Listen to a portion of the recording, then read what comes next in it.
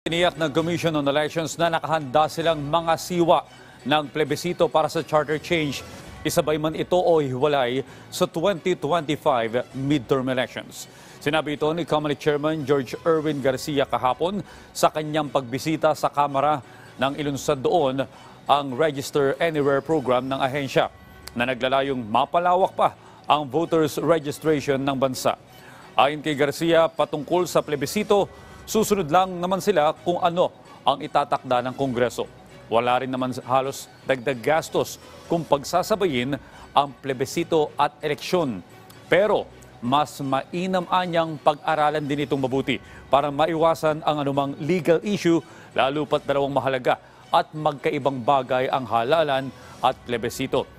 Tumanggi namang magbigay ng komento si Garcia kaugnay sa gumugulong na deliberasyon ng Kamara at Senado sa resolutions of both houses number 6 at 7.